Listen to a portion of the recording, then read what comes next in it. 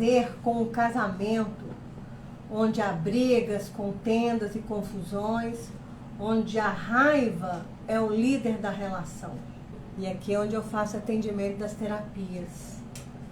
Atendo casais, atendo mulheres, atendo adolescentes. Estou atendendo um casal no momento que eu estou atendendo individual. Estou atendendo a mulher individualmente, atendendo o homem por enquanto individualmente. Aí depois vou juntar e fazer a terapia com os dois, né? A terapia de casal. Muitas vezes nós pensamos assim: ai, eu sou cristão, então não tem esse problema no meu lar, não. Mas muitas vezes os lares cristãos estão em trevas. De tanta briga no casamento, como eu vivi, né? Mais de 15 anos resolvendo os conflitos, as circunstâncias com brigas, que se tornavam brigas. Eu já tenho muita experiência com pessoas, aconselhamento de casais, por mais assim de 15 anos ou mais. Então vou usar agora a psicanálise para somar, né? Eu tenho curso de aconselhamento e tudo mais, eu estou muito feliz. Então, hoje nós vamos falar sobre relacionamentos. O que fazer num casamento de briga e confusão? Vocês já conheceram alguém num relacionamento que tem muita raiva? O casal que é um casal briguento, que tem muita raiva? Que eles vão resolver as coisas e querem provar a razão deles? Vocês já conheceram alguém ou vocês têm a prática de brigar muito assim ainda? Não é que no meu casamento não tem mais discussão, não tem divergência. Mas a gente, hoje em dia, o temor de Deus é muito grande na nossa vida, sabe? E se a gente erra, a gente confessa e se arrepende pedindo perdão, né, um para o outro. E é isso que o casal tem que ter, chegar num nível de evitar. Mas o que fazer? Como saber se você é dominado pela raiva? Quando você é dominado pela raiva, você não controla suas emoções. Quando você é dominado pela raiva, como saber? Por exemplo, na hora que tem um problema, como é a sua reação na hora daquele problema? Você é daquela pessoa que xinga naquele momento? Na hora que você não está bem, na hora que tem ali uma coisa difícil, uma coisa desagradável, que aconteceu algo que você não queria, ou então foi feito como você não gostaria que fosse feito, qual que é a sua reação? Você é aquela pessoa que quebra coisas, que joga coisas no chão, que vê os erros do outro e fica apontando na hora, culpando, acusando? Você é aquele tipo de pessoa?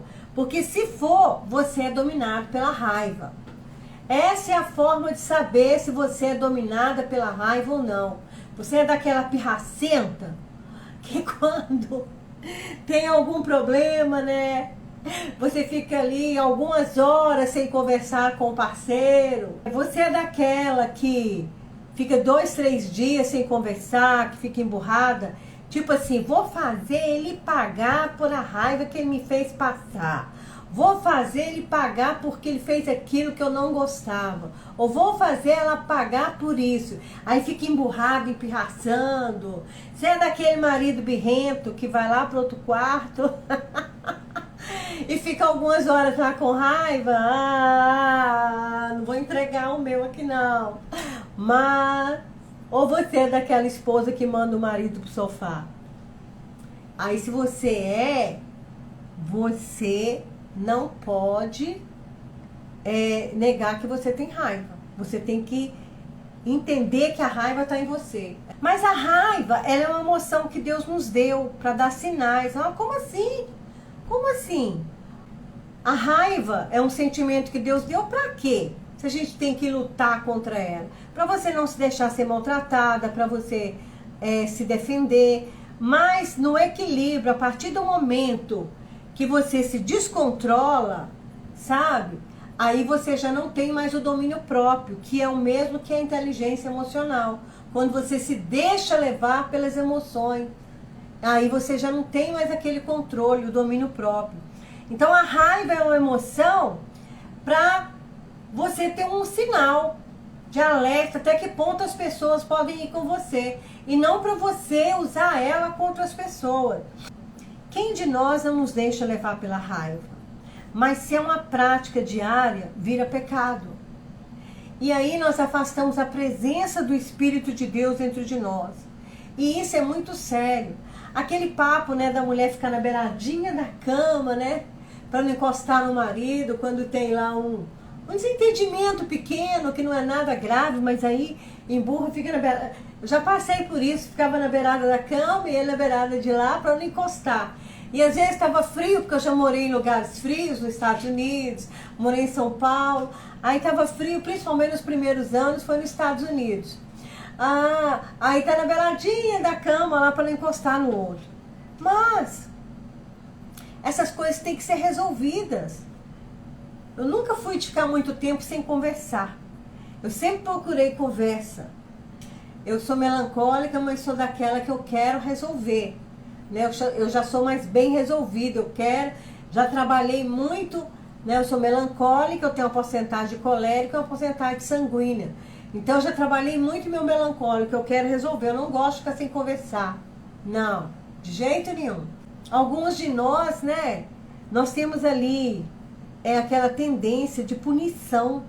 Tem mulheres que até negam o sexo pro marido de raiva para punir ele de alguma coisa que ele fez com ela. Mas eu quero deixar aqui para você 7 coisas para você poder evitar a briga e desenvolver inteligência emocional, e dizer para você que pessoas inteligentes, elas não praticam essas coisas, elas evitam essas coisas para poder evitar a briga e desenvolver a inteligência emocional. E o primeiro delas é que elas não fixam só em si mesmas, achando que elas nunca podem mudar. Elas não são egoístas. Pau que nasce torto, torto morre. Eu sou assim mesmo, eu nasci num lar assim, fui criada assim, eu vi minha mãe fazendo assim, eu vou morrer assim. A síndrome da Gabriela, né? Eu nasci assim, Gabriela. Mas não tem nada disso não.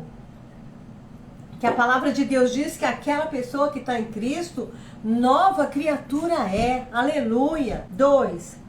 As pessoas que querem desenvolver a inteligência emocional e evitar brigas, elas não ficam atribuindo o seu sentimento aos outros, sabe? Elas assumem a sua autorresponsabilidade. Não fica falando, o que eu tô sentindo é culpa sua. É porque você me fez isso, isso, isso. Você desconversou primeiro, então agora a tristeza que eu sinto é culpa sua. Aquela autopiedade, aquela autocomiseração, sabe? Então a pessoa que ela não quer briga, ela não fica atribuindo culpa aos outros do sentimento ruim que ela está sentindo. Porque ela sabe que ela tem que procurar analisar a si mesma e se encontrar para resolver dentro dela e não dentro do outro. 3. Ela pratica uma escuta sem julgamentos. Não é aquela pessoa que nem escutou a fala do outro e já vai julgando. Não. Você é sempre assim mesmo. Rotula a pessoa, sabe? Já começa a julgar. Começa a fazer julgamento contra as pessoas. E gente assim, se você se comportar assim com seus filhos, com o seu marido, lá fora você também vai julgar as pessoas. Você vai julgar as pessoas no trabalho, vai julgar as pessoas na igreja. Você vai olhar para as pessoas que você mal conhece e vai começar a fazer julgamento. E Deus não quer isso na nossa vida. Pessoas julgadoras, entendeu? 4. Elas reconhecem a validade das emoções alheias. Se o seu cônjuge vem dizer para você que você está triste, valida a emoção dele. Não desfaz o sentimento dele, não. Não quero ouvir você não, porque você me magoou, você me machucou, e agora você vem dizer que está triste, que você está sentindo, que você não está gostando do que está acontecendo no casamento. Não, pessoas com inteligência emocional vai ouvir falar, eu sinto muito, talvez eu tenha te causado alguma coisa, né, mesmo que te fez sentir assim. Ou a situação em si gerou isso. Eu sinto muito por esses sentimentos. Pessoa com inteligência emocional, ela dá valor ao sentimento, à emoção que o outro está sentindo. Você dá valor à emoção das pessoas dentro da sua casa, da sua família? Você tem ouvidos para ouvir sua família sem ficar julgando, sem lançar a culpa do que você passa em cima deles? Outra, demonstra empatia. Além de você ouvir os sentimentos do cônjuge, da sua família, você se coloca no lugar deles. Gente, eu aprendi a fazer isso, é a única forma, assim, vou dizer que é a única, melhor dizendo, é uma das melhores formas para você entender a outra pessoa. Para você saber como aquela pessoa está se sentindo.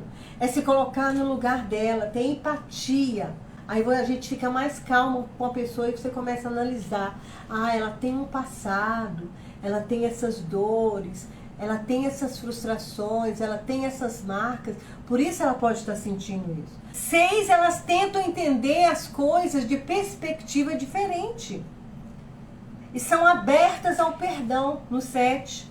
Então as pessoas entendem que a vida é complexa. Pessoas com inteligência emocional e pessoas que buscam o Espírito Santo, porque a inteligência emocional é o domínio próprio que a Bíblia fala. Então pessoas que buscam o Espírito Santo, que têm esse controle emocional, elas sabem, buscam entender a complexidade do casamento e não vai divorciando à torta e à direita assim não. Não vai largando assim não, ela vai lutar para mudar as coisas dentro dela sem ficar culpando o outro e mudar as coisas dentro dela. Então essas atitudes, elas promovem relacionamentos que trazem paz e tranquilidade, relacionamentos saudáveis e duradouros e felizes. Meninas, adianta você ficar num casamento infeliz? Eu não estou dizendo aqui que é para você divorciar, eu estou dizendo aqui o que eu quero dizer com isso.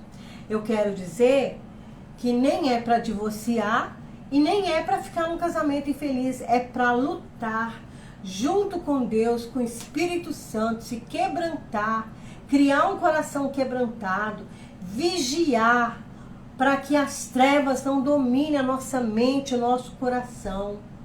É preciso, gente, amar sim. É preciso. Hebreus 12, 14, 15. O que eu posso fazer para ressignificar, então? O que eu fiz, mais o Eusébio, para ressignificar?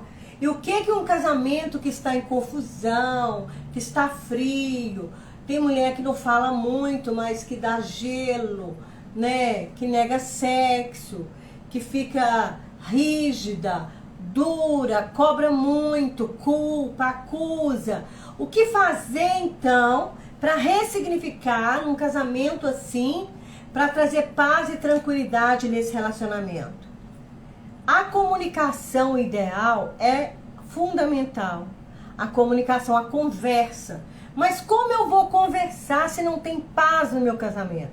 Se toda vez que a gente ia conversar, cada um queria ter razão e fazendo parte do jeito que eu sou, de querer aquele jeito assim de perfeccionista, que até hoje eu trabalho na minha vida, então não tenho muita dificuldade de aceitar que estou errada. Então é debaixo do poder do Espírito Santo que eu me humilho e vou admitir meu erro e pedir perdão. Por isso eu debati muitos anos até o fim, querendo provar o meu ponto de razão. E com um homem colérico e sanguíneo não funciona. Porque um homem colérico e sanguíneo, o temperamento dele é forte. Ele é mais bravo, ele tem aquele D de dominante, né? De determinante. Então, tem que ter aquele jogo de cintura para conversar em outra hora, para mostrar o seu ponto de vista, porque na hora H vai dar BO. Vai dar BO. Interessante que só essa semana que eu fui descobrir que... Eu sempre desconfiei e falava, Eusébio, eu não sei se é mais colérico ou mais sanguíneo. Essa semana nós descobrimos que ele é mais colérico que sanguíneo. Eu vou até colocar esse teste do temperamento na bio do meu Instagram, para quem quiser fazer ele lá, que ele é muito prático. Você pode responder ali na hora, ele é top de linha e já te dá a margem do seu temperamento. Mas o versículo diz assim, e esse versículo aqui é fundamental para evitar conflitos, que ele vai ajudar na comunicação. que a comunicação adequada evita conflitos. Seguir a paz com todos e a santificação, sem a qual ninguém verá o Senhor, cuidando para que ninguém se prive da graça de Deus, para que nenhuma raiz de amargura brotando vos perturbe e por ela se contaminem. Vocês já ouviram falar esse versículo? Para seguir a paz com todos? Isso começa dentro de casa, não é só na igreja não. Isso aqui é uma ordem para a igreja, é uma ordem para o trabalho, é uma ordem para as pessoas com as quais você convive, mas principalmente com a família, principalmente dentro de casa. O que adianta a gente fazer uma média lá fora e ser educada, fina, né? Carinhosa com as pessoas lá de fora e ser intolerante com o cônjuge? Ou querer sempre provar o seu ponto de vista com o cônjuge, sem entender o lado do outro. Não adianta não. Então tem que seguir a paz com quem? Com todos. Onde? Fala assim, ó, dentro da minha casa. Começando dentro da minha casa. Por quê? A convivência de marido e mulher diária, ela pode provocar vários tipos de ofensa dentro de casa. É necessário você ser aberta ao perdão, aberta à paciência, aberta à tolerância, aberta ao fruto do espírito da mansidão. Eu falei desse livro aqui, ó, no começo, Casamento, Raízes de Amor, Raízes de Amargura. Eu quero contar um exemplo que tem nesse livro aqui, só um exemplo que ele fala aqui da língua e dos dentes. Olha só, que exemplo top que ele fala aqui. Ele diz, se nós pudéssemos perguntar à língua, como ela se sente depois que ela foi mordida pelos dentes? Será qual que seria a resposta da língua? Talvez ela reclamasse de dor. Depois, em outra situação, a gente não era mais a língua, a gente seria os dentes. Aí qual seria a nossa resposta quando a gente fosse o dente? Aquele que machucou a língua, né? Certamente nós apresentaríamos nossas razões, nossas desculpas, não é assim? Ah, eu mordi porque não teve como, aí apertei, escapou, dando desculpa e apresentando as razões, né? Às vezes nós somos os dentes que morde e às vezes nós somos a língua que é mordida pelos dentes e sente a dor. Porque os dentes são os que causam a dor. Você já viu alguém arrancando os dentes porque ele faz a língua sentir dor? Não. Você nunca viu ninguém arrancando os dentes porque faz a língua sentir dor. É o mesmo corpo. São membros do corpo. E ali, aquelas dores das novas mordidas que pode acontecer de novo, vão ser temporárias, vai passar, pouco a pouco vão se ajustando o dente, a língua ali, vai coordenando para não ter mais mordida, né? Morder a língua dói pra caramba mesmo. Quem já mordeu a língua, conta aqui. Eu já mordi várias vezes. E a bochecha aqui do lado também. Já mordi várias vezes, dói pra caramba. Então, eles vão começar a funcionar da melhor maneira. Então, semelhantemente, é o marido e a mulher. Semelhantemente, é o marido e a mulher. Por quê? Porque, gente, o marido e a mulher, eles vão acabar se adequando. Uma hora um vai machucar o outro, outra hora o outro vai machucar. Quando eu falo machucar, é ofender. Porque nós não somos perfeitos. Mas o que Jesus não quer é que a gente viva em pé de guerra dentro de casa, como se não fosse cristão. Graças a Deus eu nunca vivi em pé de guerra dentro de casa. As nossas brigas eram para provar ponto de vista, mas mesmo assim trazia desarmonia. Porque no final das contas ninguém provava o ponto de vista dele. De que adianta? Né? Acabar ficando triste, principalmente eu. Você quer feliz ou ter razão? Como o Cláudio Duarte fala. Marido e mulher, uma hora um é o dente, outra hora um é a língua, mas ninguém pode arrancar um ao outro. Porque são um só, uma só carne, um só corpo. Então essa convivência aí, ela tem que ser lapidada. Se você cortasse o seu dedinho, ia doer. Você ia cortar seu dedo fora? Não. Ele ofende o seu corpo, machuca o seu corpo, porque cortou, aí doeu, ele sentiu a sua mão, cortou o dedinho. Aí você vai cortar a mão fora porque cortou o dedinho? Não, porque é seu corpo. Assim é a família, assim é marido e mulher. não podem cortar fora um ao outro, porque eles fazem parte do mesmo corpo. O apóstolo Paulo diz em Efésios 5:28, maridos, amai a vossa mulher como se fosse o seu próprio corpo. Porque Cristo a si mesmo se entregou pela igreja. Faça com a sua mulher, trate ela através da palavra. Ensine ela através da palavra, assim como Cristo purificou a igreja, deixou ela imaculada pela palavra. O marido deve tratar com a mulher através da palavra, e não de arrogância, de rudeza, indelicadeza. E a mulher também não deve ficar ofendida e dar um troco. Porque o versículo 29 do capítulo 5 de Efésios fala, porque ninguém odeia seu próprio corpo, vocês concordam? Pelo contrário, alimenta e cuida do seu corpo, como Cristo faz com a igreja.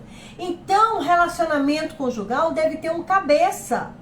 Aí o homem já logo pensa, porque a Bíblia fala que o marido é o cabeça da mulher, mas a Bíblia diz que o cabeça da igreja, que é marido e mulher, é Cristo.